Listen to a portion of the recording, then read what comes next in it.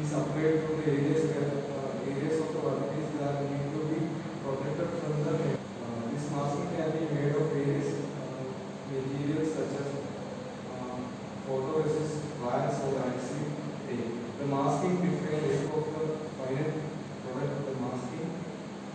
Step B is a crucial in chemical machining as it defines the areas of workpiece that will remain unaffected by the chemical agent. The workpiece is exposed to chemical agent which selectively reacts with the unprotected areas of workpiece.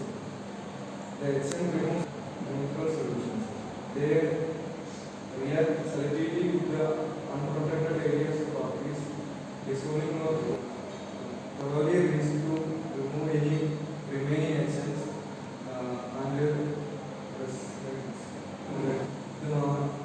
the remaining masking material is removed from the workpiece leaving the final part geometry, stripping, mechanical methods or a combination of both.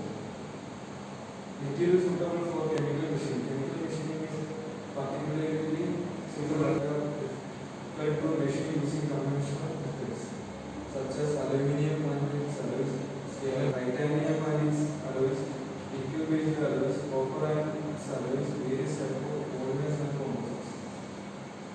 Advantages: